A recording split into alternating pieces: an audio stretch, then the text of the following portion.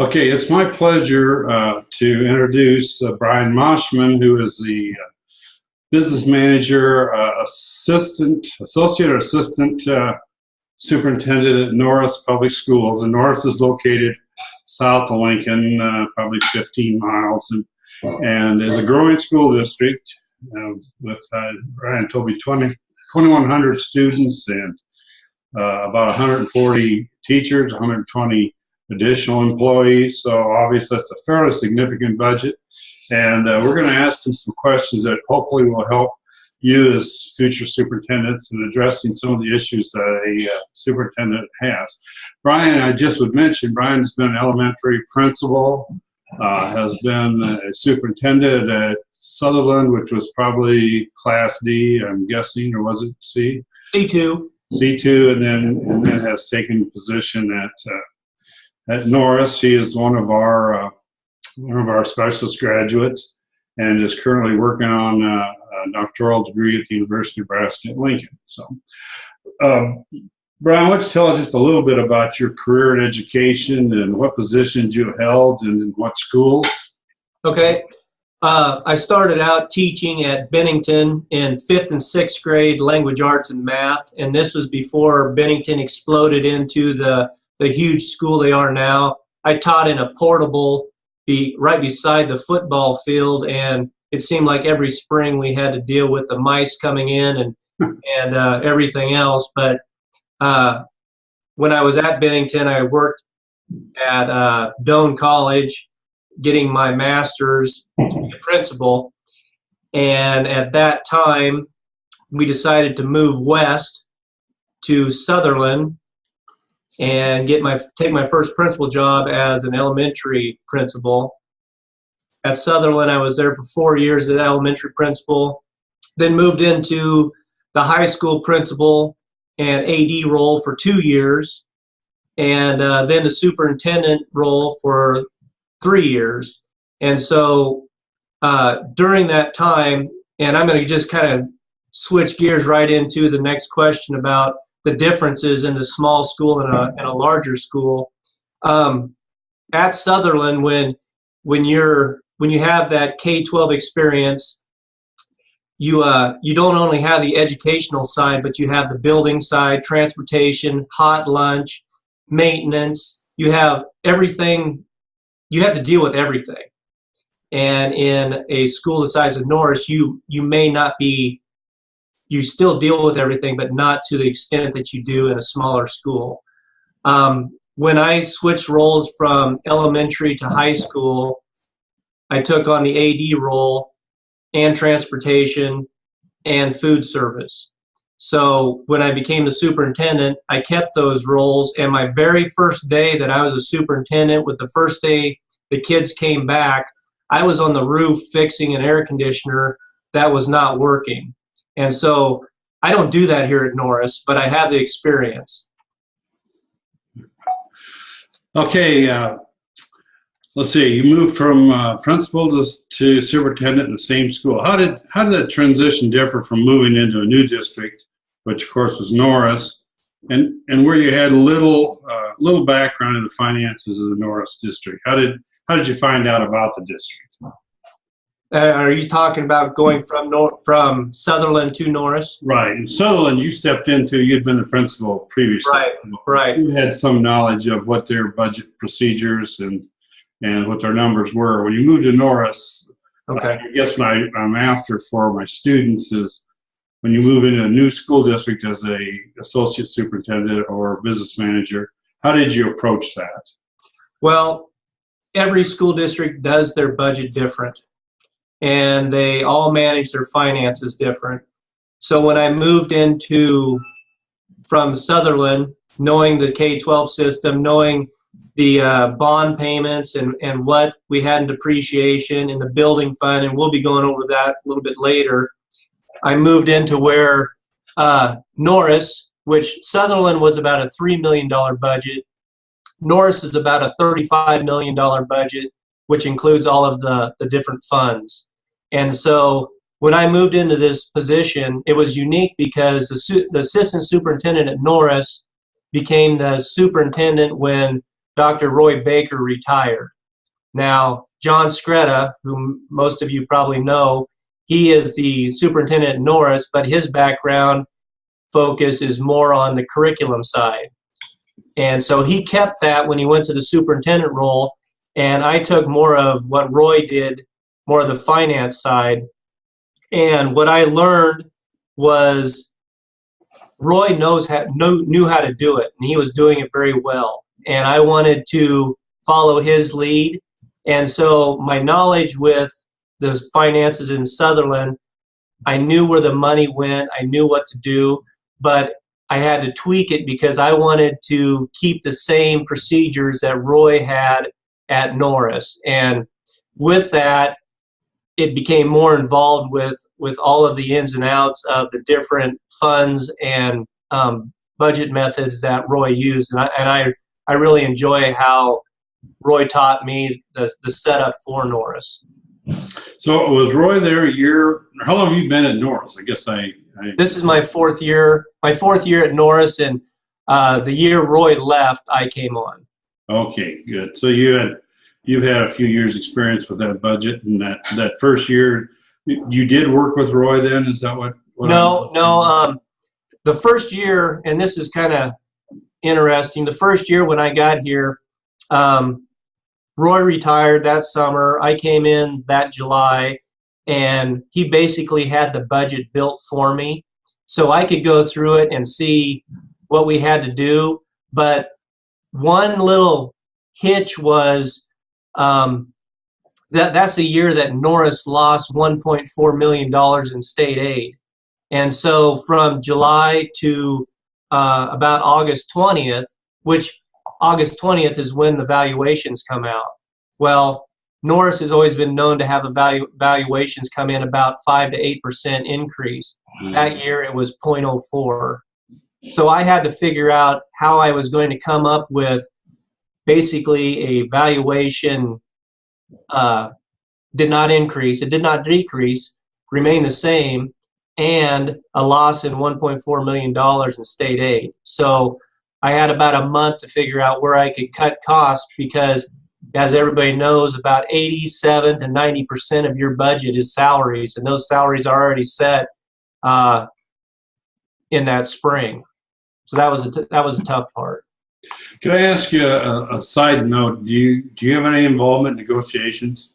Yes, I work with the 3 school board members and Dr. Scretta with negotiations. And starting, I think it was 2 years ago, the negotiation process started differently, where you have to have meetings at least once a month, starting I think in October, and they have to be completed by February, I want to say 20th. And if not, then you have to go into a resolution time. But yeah, what my job is, I need to give the numbers to the board and to Dr. Scretta of the amount that we should go up and not exceed, so that we can maintain our levy to where it needs to be. Okay. Let's talk a little bit about, and I think this is really kind of the meat of what I'd like to discuss with you, is the steps that you take when you start your budget process, and maybe you can walk us through what things you need to bring together to create that budget, who's involved, and how you approach it. Okay. Well, like we were talking earlier, the budget process really starts probably in the fall when you start with negotiations, because you have to forecast what increase a teacher will get. And when you look at it, you're not just looking at a 2 or 3% increase on the base salary. You're looking at the unknown of, you really don't know what insurance is going to do. You don't know what any kind of the benefits are going to do. And then on top of that, you have teachers that are moving on the pay scale, either because of taking classes or getting for the next year. So when you're building your budget, you have to think about those unknowns. And the other 2 really big unknowns are, you don't know what your state aid is going to be, and you don't know what your property taxes are going to be. And Can I ask you a quick question, Brian? Yeah. Do you require your teachers, or how do you determine which teachers are going to move on to a salary schedule? Is there any advance notice that you get from them, or of course you have to plan for their movement because of tenure? The longer they're there, of course, they make a move. But What I do, usually the end of February, I send out a letter, and it just has a mark on it where they can say that they want to come back, they are seeking other employment, or they're undecided. And then on the bottom part of it, I ask them where they will be at for their hours of schooling and how many years of service do they have. And so that way I can take those 140 employees and see how many are advancing and how much are they're going to move. When I'm building the budget, I do it per school building. So we have 4 buildings now: high school, middle school, intermediate, which is 3, 4, 5, and elementary, which is pre-K 2. And I build my budget based on those buildings. And when I look at the salaries, I put about a 12% increase just right on the bottom. So that'll cover anything that I'm missing when I'm building my budget. So when I have it's usually about $1.4 million a month that goes out for salaries. And I have budgeted about, 60,000 or maybe a little bit more, just in case there's some movement that has been missed in my calculations. So it's a little padding. how do you anticipate teachers that are leaving, and you know they're leaving, but you're not sure where the replacement, where they will be on the salary schedule? Do you hedge on that any, or? Some schools are different. At Norris, we accept all years of experience and all of their education. Some schools may only accept 4 or 5 years. We take it all. So and I hate to say this, but when you're looking at staff, and we've hired anybody that had, like in high school science, we hired a person with their doctorate degree and had, I think, 15 years of experience, because that's a specialized area. Mm-hmm. In a elementary on up to maybe middle school, I myself, because I'm in finances, look for cheap, good teachers, but we want the best people in the schools to teach. And we have hired Masters Plus 27 or 36 for some elementary teachers, but for the finance side, I prefer not to. Okay. I kind of interrupted your steps that you were giving. No, that's okay. So now you've determined what your faculty and staff, what their costs may be.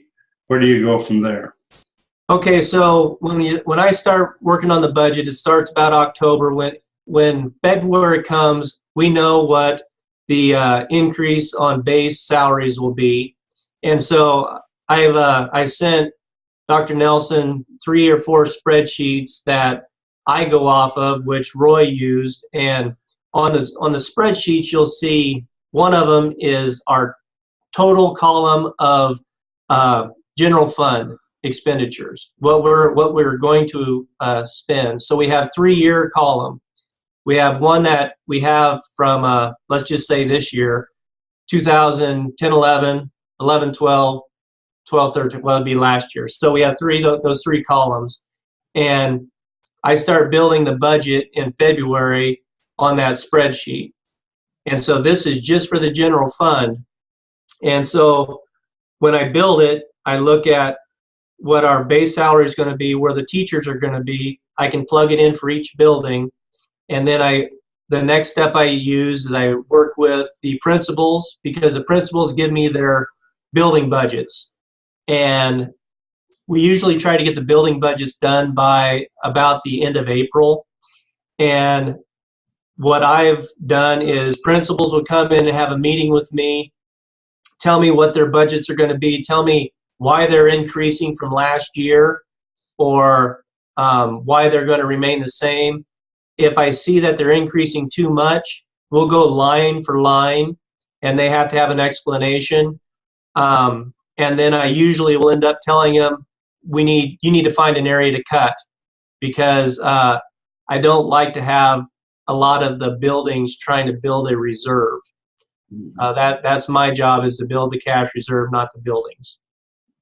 The next step, when I finally get that spreadsheet completed, and that has everything from general education, special education, and the special education, I work with a special education director. At Sutherland, I did not. I had to do it all on my own. So we have the special education, general education. We have all of the office management, principals for the admin, district employees, transportation, building. Our building budget, as far as the maintenance, is about almost $2 million. And for a campus with 4 buildings, it takes a lot of money to maintain them. As you guys know, what was it, 2005, we had a tornado blow through here, which created about $35 million worth in damage. And it was great to have everything refurbished, but the bad thing is now we have all of our computers are the same age. We don't have a rotation. So when you're trying to replace technology or replace other things, everything's going out at the same time. So you really need to prepare your budget for those expenses. So that's a side note. But that spreadsheet will have all the general fund information on it. Now, when you're building your budget, you also have to keep in mind all the other different funds that the state auditors want to have. They have the depreciation, which is a budget that you can put money into, and you can spend it on anything that you can replace. You cannot buy new for the district. So if I'm replacing a bus, I can use depreciation. If I'm replacing a roof, depreciation. If I'm buying a brand new coach bus and I've never had one, I can't use it. It's only for replacing. You have the bond funds.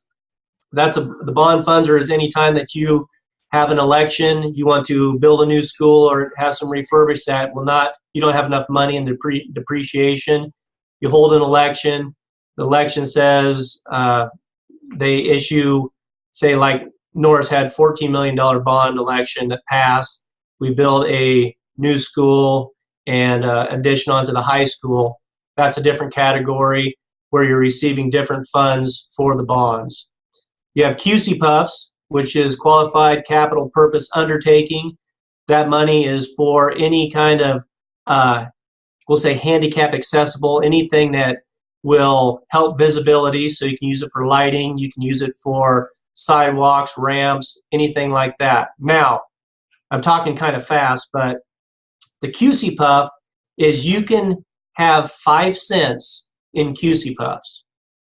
And we can get a little bit further into the conversation with your valuation and your levies, but the maximum amount of money you can have is 5 cents going into QC Puffs, and you have, I think, 9 years to pay that off.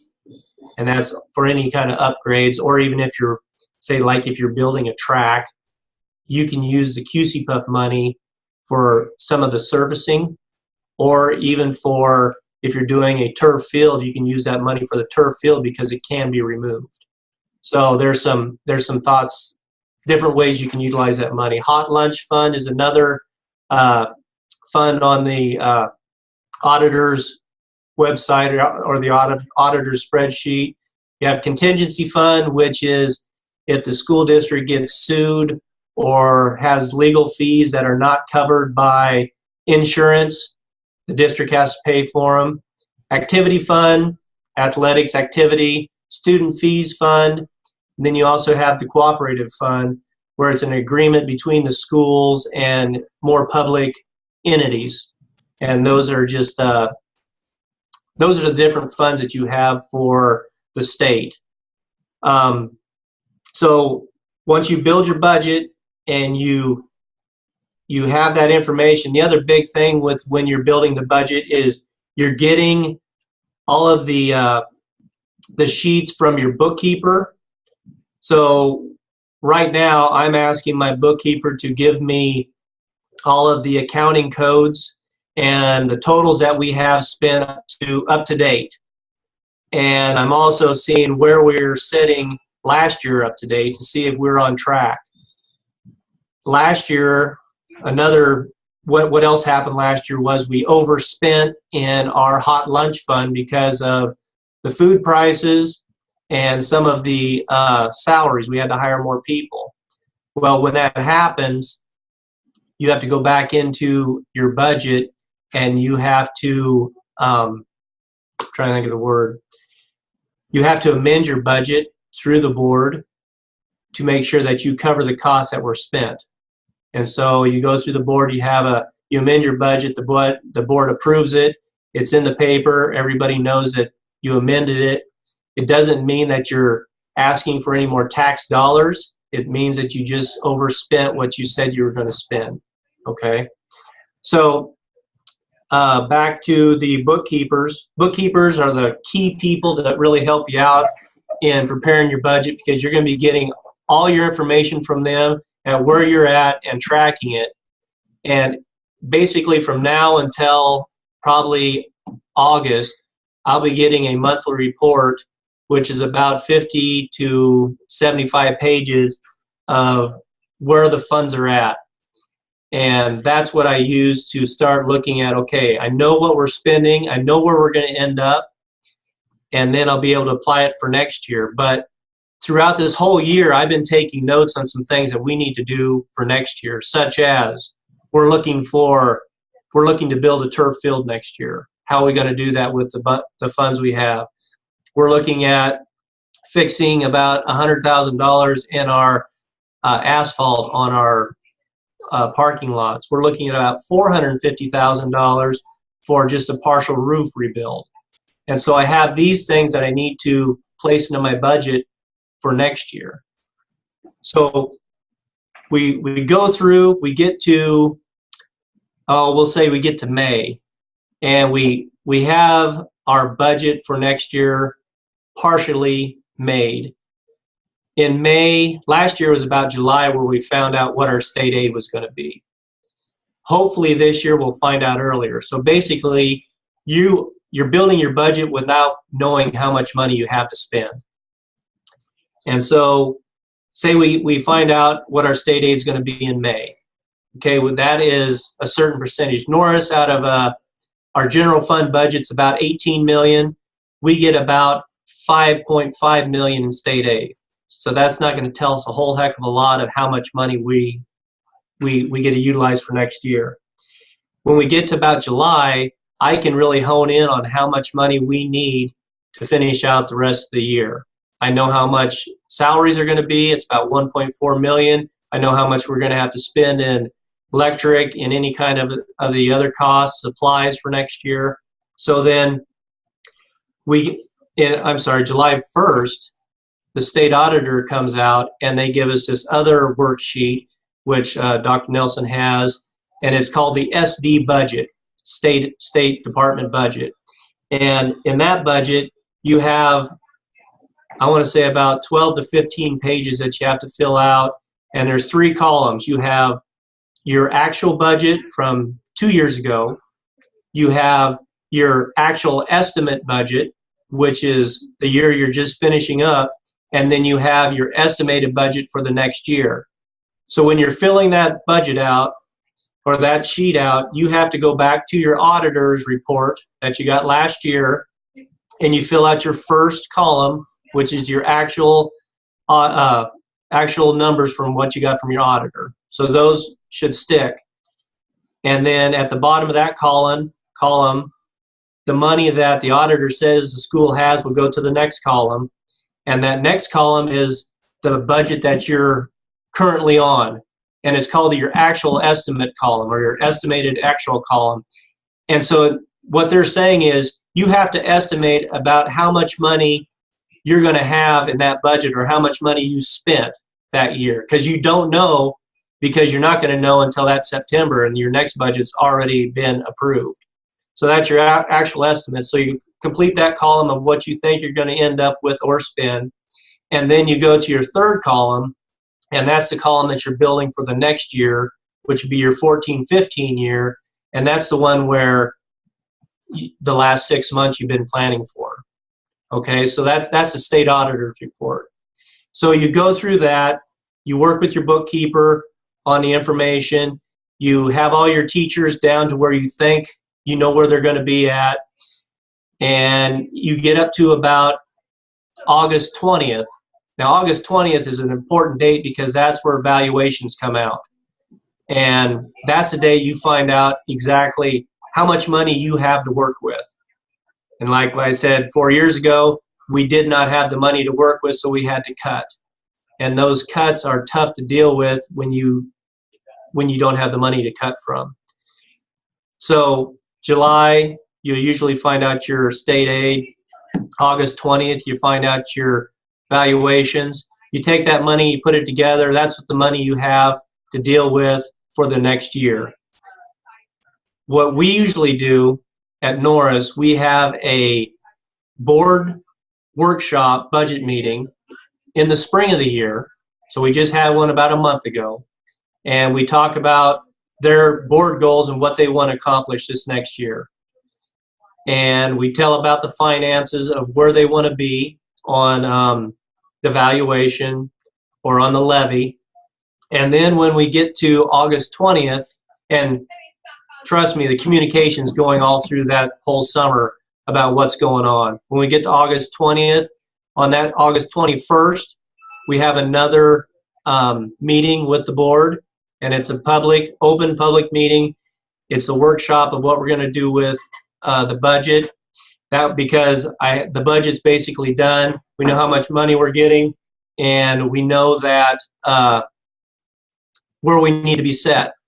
And I give different scenarios. I try to give as many scenarios as I can to the board because board members want to keep the levy low for the taxpayers, but we want to have enough money where we can add to our cash reserve so that you can save for those rainy days. One thing that somebody will probably talk to you about is there's a difference between cash reserve and cash on hand. Cash on hand is right now, I could go to the bank and say, okay, this is how much money I have on hand, how much cash I have on hand. Cash reserve is going to be, and you'll see it on that spreadsheet down at the bottom. I think it's on the first general fund spreadsheet, is you put in money in there, and I put in quite a bit of money because that money will say, this is the money that's going to get me through the lean months. And when I say lean months, I mean when taxes start rolling in. Let me give you a scenario. Schools could be at $1 for their levy. This would be the general fund levy.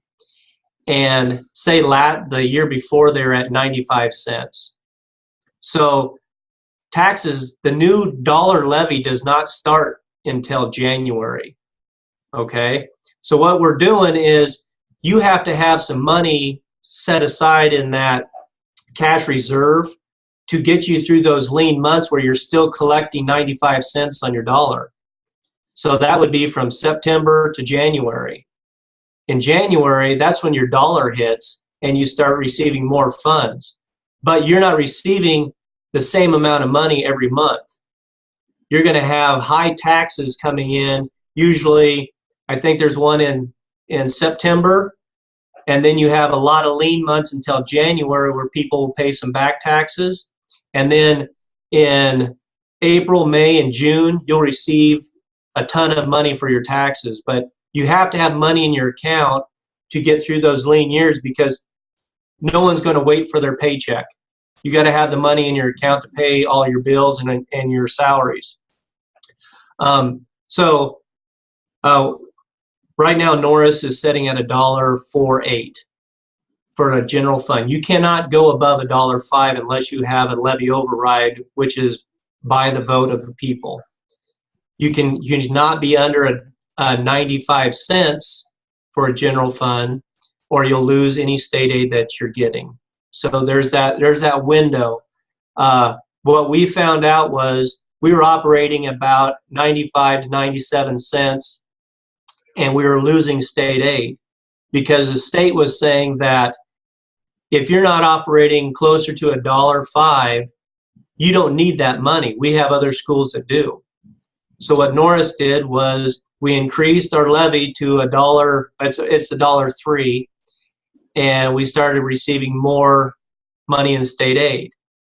Well, you want to be as close to $1.05 as you can. Now, are we rat holing the money? Not really, because we just opened another school and we have to afford those teachers and expenses. So in a nutshell, with the finances, you need to start early so you're not cramming through the summer of trying to get everything completed. Because my budget, I go back and I check and double check to make sure I have everything correct. And I know that as the year goes on, you're going to end up finding that there's more that you're spending than what you budgeted for. This year, when we open a new building, I had budgeted an extra $200,000 for supplies and equipment. I did not know that we were going to purchase $24,000 in weight room equipment, and so I had to have some money to cover that cost. So there's going to be a lot of things that come up, but the thing that I can tell you is keep looking at your budget. And there's another question here that is asked about NDE, but the people who can help you the most with your budget is any superintendent around the area, any business manager, the old superintendent coming out of a retirement or that retired at your district. They can help, but the biggest people, or the most people I ask, is NDE, Department of Education, Finance Department. They are top notch, because you bring your budget in, they'll ask the questions, and they'll make sure you're on the right page. They are the ones that they don't want to see somebody have to go through a budget hearing. They want to make sure everything's correct, and they help you along. What Janice Arrett will tell you, she works for the Department of Ed, it takes 3 years to learn how to do a school budget. The first year, you have no clue what's going on. The second year, you think you do, and the third year, you finally understand it. The last question I have, although I want to make a comment about keeping your board informed, or you made the comment about keeping track of where you are. And I wanted to mention this while I was in front of students. One of the things that I did as superintendent is I always gave the board a real short summary of what was spent in each area last year and what was spent this year, what's left in the account. I think it gives them an idea what the trend is, and makes you accountable to explain why all of a sudden a particular line item is we didn't get into great detail with it, but I think it does help the superintendent kind of understand where you're going to be able to explain it. So one thing and this is something I didn't bring up, every board meeting you have a finance part in the board meeting. I track all of the cash that comes in, and so for the last about 15 years, I can show the board in every fund how our cash has increased, or our cash on hand has increased in each fund, or why there's $400,000 taken out because of what projects were going on. And the best thing you can do is keep your board informed. They may feel like they totally understand the budget, but there's a lot of nuances about the budget that they don't understand, and you have to talk at a level to help them understand, so that they can go into community and talk to the patrons of the community about the budget too. All right, and last question I had, and I think you've kind of answered, is advice you have for somebody going into superintendency or business manager's position. Okay. Anything else you want to add? Yeah, when you're going into this profession, you have to utilize the people around you. You have to look at any kind of organizations that you can be in touch with. NASBO, they're coming up with a conference, I think, next week, and that is a great group, because right now we have an email list that when we send out information, hey, what are you going to do with the new insurance codes? You have about 100 other people giving you information, and it's just a good networking piece. Like I said, the superintendents, the best thing you can do when you walk into a district is get to know your bookkeeper. She's like your second wife or husband, because she will help you get through anything that you need to do with the budgeting on the finance side. You only know the large amounts. She knows in detail every account code. And that's what helps you become a better superintendent or assistant superintendent, is utilizing the people that you have. Very good.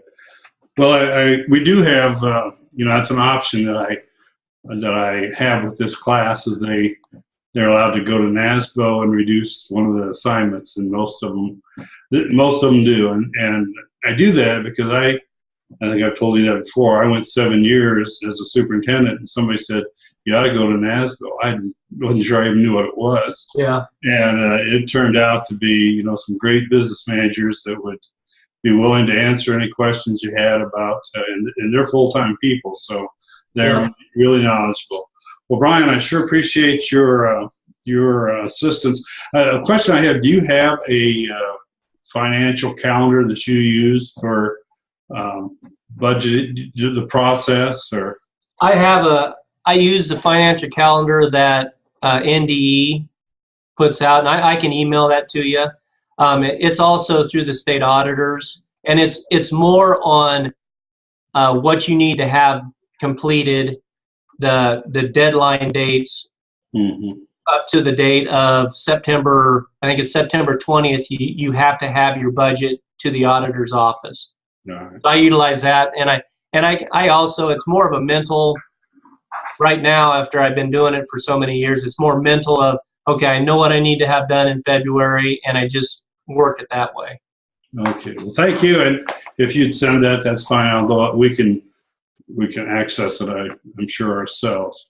Well, thank you a lot for a lot of good expertise, and I would tell students, one of the things that I remember about Brian when he was in our program, we were at a conference or something, and he came up to my wife, and she remembers this, and said, just asked about being an administrator, being a superintendent, and how it affected our family life, and so his concern for his family and being an outstanding professional are obvious. And thank you very much, Brian, for helping us with this assignment. Sure, thank you.